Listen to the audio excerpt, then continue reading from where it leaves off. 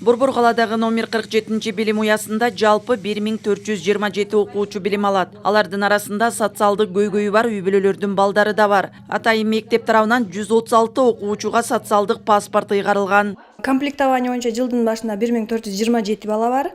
Бирок анын ичинде именно ушундай мага караштуу балдар жана соцпаспорттагы балдардын саны 136. Тоголок жетим, аз камсыз болгон үй-бүлө, мигранттардын балдары, ата-энеси тирүү бирок кароосуз калган балдар, баткен жана башка окуяларга катышкан балдар, ата-энелердин балдары. Жалпы өлкө аймагы боюнча турмуштук оор кырдаалга кабылган 4553 бала болсо, анын 2,5 миңден ашыгы быйыл мектепке барган эмес. Ага ата-энелердин материалдык муктаждыгы, миграцияда жүргөндүгү, балдардын диний мектептерде окугандыгы, аларга көңүл коштук мамиле сыяктуу себептер болгон. Андай шарттагы балдарды окууга тартуу үчүн эми мамлекет тарабынан бардык шарттар түзүлөт. Бул балдар эмне ар кандай себептер менен бул неге мектепке тартылбай алган маселелер каралат.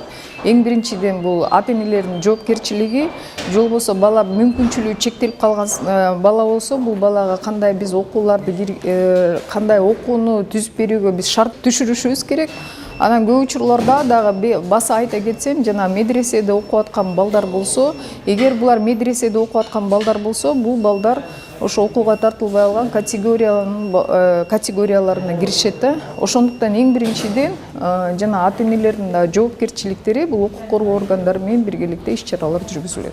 Ошондой эле мүмкүнчүлүгү чектелген балдарга да жардамдар көрсөтүлөт. Алардын саны 32 миң болсо, анын 400-ü мектепке барбайт. Балдарды мектепке тартууга жергиликтүү өз алдынча башкаруу органдары да жардам бериши керек. Кыйын абалдагы балдарга мектеп формаларын, бут кийимдерди жана керектүү канцелярдык буюмдарды алып бериши керек. Учурда эмгек социалдык камсыздоо жана миграция министрлиги муктаждыгы бар балдардын санын тактап көмөк көрсөтүү үчүн буйрук чыгарды. Оор шарттагы балдарды кырдаалдан чыгаруу үчүн атайын пландар түзүлүүдө. Жергиликтүү өз алдынча башкаруу органдары менен биргеликте биздин райондук, шаардык башкармалыктар менен бирге ушул үймө-үй кыдырып, ушул санын аныктап, ошондой үй-бүлөлөрдү, анын ичинде балдарды муктаж болгон.